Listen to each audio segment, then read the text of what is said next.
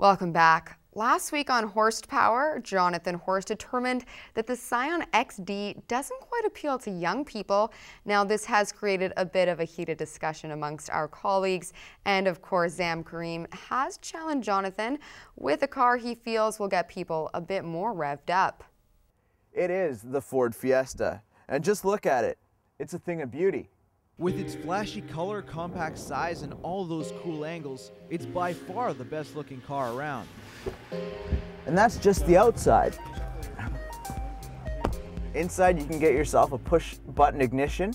Also, you get yourself a Ford activated sync system that includes the connection right for your iPod, so you can play your music right through your car. That also listens to you. USB, please say a command. Play album recovery. Playing album recovery. But the most important thing about a car is how it feels under your feet.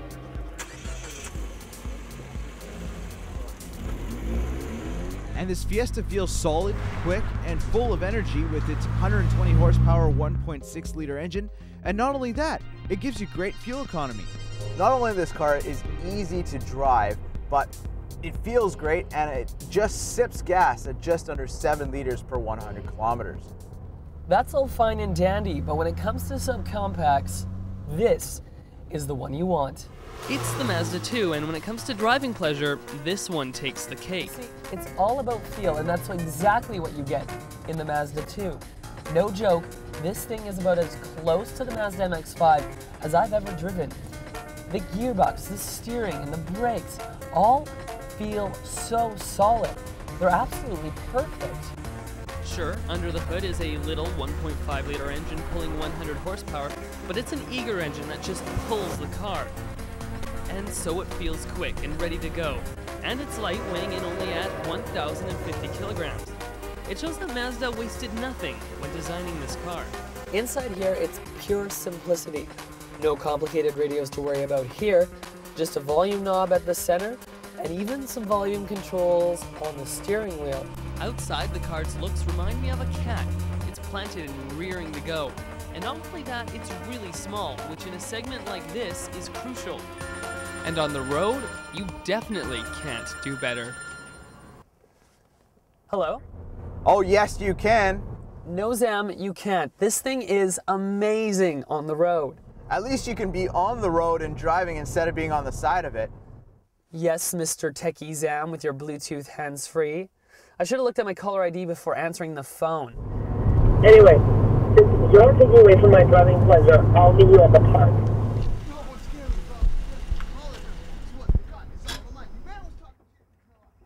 What took you so long? Well, Zam, I was talking to some idiot on the phone who thinks the Fiesta is a better car. Well, this idiot just beat you in this nicer, better looking car. Yeah, but I would rather drive this anyway.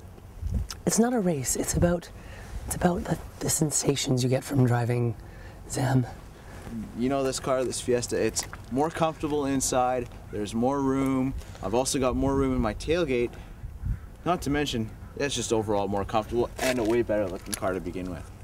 Okay, I'll admit that the Fiesta looks really good. It's as European as a cup of espresso, but let's switch. This little hamster just feels too rev happy for me. It feels like a high-pitched squeal. I like the Fiesta because it feels a lot smoother, sort of like myself. Oh my gosh, Sam, you've got to be kidding me. You say this thing has 120 horsepower, and it may well have 120 horsepower, but it just doesn't feel that way. How on earth is it that this car can have so much more power and yet be so much more slow? You have to wring it to get anything out of it, and even then... There's the gearbox. It just feels all kind of sloppy and not very firm. Where in the Mazda, I actually enjoyed changing gears. In this, I'd rather not. Also, there's the glare of the dashboard on the windshield, and there's this stereo. Now, it may look very cool with its dial pad and dot matrix display, but it's needlessly complicated. Even the most seasoned of techies will have to put some effort in figuring this thing out. I reluctantly even had to look in the instruction manual. At least it's there for you. Here in this car, you get nothing. Play Jack Johnson. See? Nothing. And this car just looks like a kid's car. It looks like a toy. My next door neighbor came up to me yesterday and asked me, "Is this new car for your sister?" The Fiesta just looks so much better, and you can't get beyond that. I need the technology of the Ford rather than the plainness of this Mazda 2. All right, now, I can tell you that despite all that, Zam, of all the ones, I'd still go back to the Mazda 2. It's just so much fun to drive. I can't be shaken from that. What about you, of the two? I'd still buy the Fiesta. It's just a lot more comfortable, and obviously I love the Bluetooth and the sync system. So the drive didn't win you over the Mazda? Drive is alright, but no, it didn't win me over.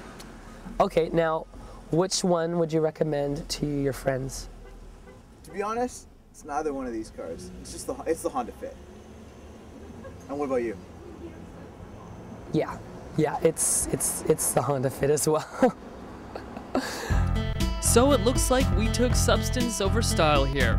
Yes, we agree that the Fit is ugly, but for everyday life, the Fit, well, fits. With its clever seats, massive space, Honda driving dynamics, and reliability, it's the one we'd recommend. So Jonathan and Zam join us now from outside. Jonathan, not everyone drives manual. What about people who can actually only drive automatic? Well, Ellie, that actually brings me to this Fiesta, which has the automatic transmission. Now, Zam and I have both had the opportunity to try this car out, and I can definitely say it's much better with the automatic. The 6-speed power shift is an incredibly sophisticated and smooth transmission, and I'd go as far to say that it actually completes the car. Now, these are our 3 top picks in the subcompact category, and we hope that you would get a chance to drive them all. But we can boil it down to a very simple recipe for you. If you want something that's cute or good looking and can only drive manual transmissions, then buy the Mazda 2. Now, if you want something that's even better looking and you only drive an automatic, get the Ford Fiesta. And if you need space for things and people and practicality in either automatic or manual, then it's the Honda Fit. Back to you. Thanks, guys. It's the place you want to be. Free food, free wine, and free music. The annual Vancouver Restaurant Awards featured the best of the best. With over 40 categories, there's something for everyone. Hundreds of foodies and restaurateurs attended the 22nd annual BC Restaurant Awards. From the simple to the sublime, the gala included everything from drinks and cocktails to local fresh seafood and exquisite meats. The event celebrates BC restaurants, and winners are selected from a panel of judges. Phnom Penh has been in the business for a quarter century, and they're looking for another win. We've been here since the 12th annual award, so for about 10 years, and we've won gold 4 years in a row. So we're hoping to get another one this year. And they did it again for the 5th straight time for the Best Vietnamese Restaurant. The major winner for Best New Restaurant was Bao Bay. Best New Restaurant. I'm speechless, and all I have to say is I am incredibly lucky to have my staff, Chenwei, Joelle, all my servers and bartenders who helped me to make Bao Bay. Bao Bay also took home wins in 2 other categories. Well, maybe a couple kids in our next story will be up for one of those awards sometime in the near future. Students in Richmond are learning about food production and sustainability, but as reporter Keanan Kipp found out, it's not in a conventional classroom. This may look like your typical garden. Rows of garden boxes, growing greenery, but there's one major difference: the gardeners. This is the Terra Nova Schoolyard project in Richmond, where elementary students get the chance to dig in and get their hands dirty. The school children either walk here or they bike here, and they have a garden plot. They grow the vegetables. We'll teach them how to maintain the soil, amend the soil. It's an environmental program that ties directly into the school curriculum. Along with practical gardening skills, Lai also teaches them the science behind crop cultivation. So there's nitrogen in the air, and what this does It's like a magnet. It sucks the nitrogen down into the soil. According to grade 4-5 teacher Lauren Beck, a program like this one has many benefits.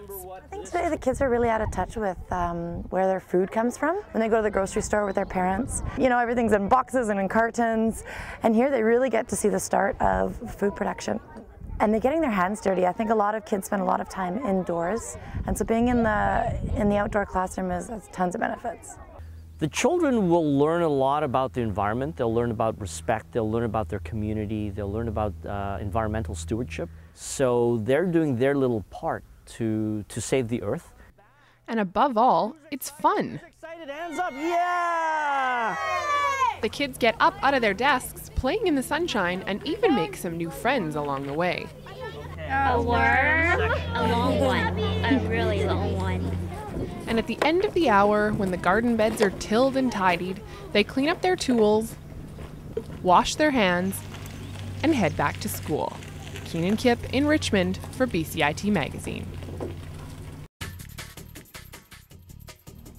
With your community calendar, I'm Jonathan Horst.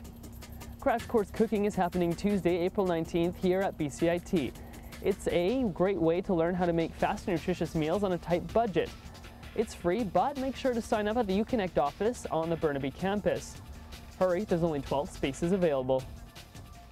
And you can use those cooking skills with April's Harvest Box. On April 20th, head to the UConnect to order yourself a box of fruits and vegetables. For $8, you get a great assortment of produce, and you can pick it up on the 28th. And make sure to head to the great, amazing Easter egg hunt at Van Dusen Gardens, April 23rd. There, kids will be able to decorate an egg bag, participate in seasonal crafts, and of course, hunt for Easter eggs. Children must be accompanied by an adult, and tickets range from $6 to $10.25. Make sure to buy ahead. For your community calendar, I'm Jonathan Horst.